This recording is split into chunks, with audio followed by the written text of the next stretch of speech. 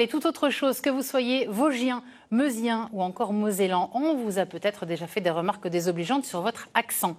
Eh bien, sachez qu'on appelle cette discrimination la glottophobie. Un chercheur spécialisé en sociolinguistique tiendra ce soir une conférence à Sarreguemines sur ce sujet qui fait parler. Tiffany Niederländer avec Marie-Luce. Quand Nadine, originaire de Provence, est arrivée dans l'Est de la France, elle a eu bien du mal à comprendre les locaux. Non seulement j'avais un petit peu de mal à comprendre, même si on me parlait français, mais l'accent était si prononcé. Suzanne, du pays de Bitche, a même été moquée à cause de sa manière de parler. C'est ce qu'on appelle de la glottophobie. Je ne vous cache pas qu'on m'a moquée. Ah oui, parce que je vais en haut et je mange des haricots. Donc forcément, j'avais un accent germanique assez marqué à cause du dialecte. Mais dans l'ensemble, les Sarregueminois sont plutôt fiers de leur accent et du platte, la langue régionale historique de cette partie de la Moselle. La langue maternelle, c'est laquelle?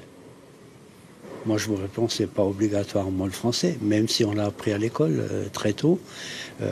Mais la langue maternelle, c'est quand même le patois. Marianne Haas, ancienne institutrice, étudie depuis plus de 30 ans cette langue aussi appelée francique rhénan-lorrain.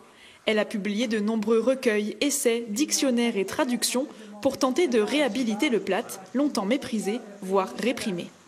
Bien sûr, quand vous étiez en famille ou dans la rue, on ne pouvait pas vous l'interdire. Mais c'est là que les gens le parlaient encore beaucoup, mais n'étaient pas fiers de parler le platte. Et alors l'école, c'était interdit. Le professeur de sociolinguistique Philippe Blanchet de l'Université de Rennes se bat pour protéger le droit à parler sa propre langue. Au-delà des anecdotes et des gentils clichés sur les accents, il rappelle que la glottophobie est une vraie discrimination.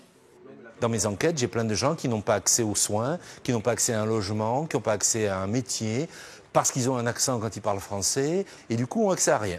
Et ça, c'est typiquement une discrimination fondée sur un critère injuste et arbitraire, qui est la langue. Contrairement à la France, beaucoup de nos voisins reconnaissent plusieurs langues. L'Hexagone reste l'un des seuls pays à n'avoir pas ratifié la Charte européenne des langues régionales et minoritaires.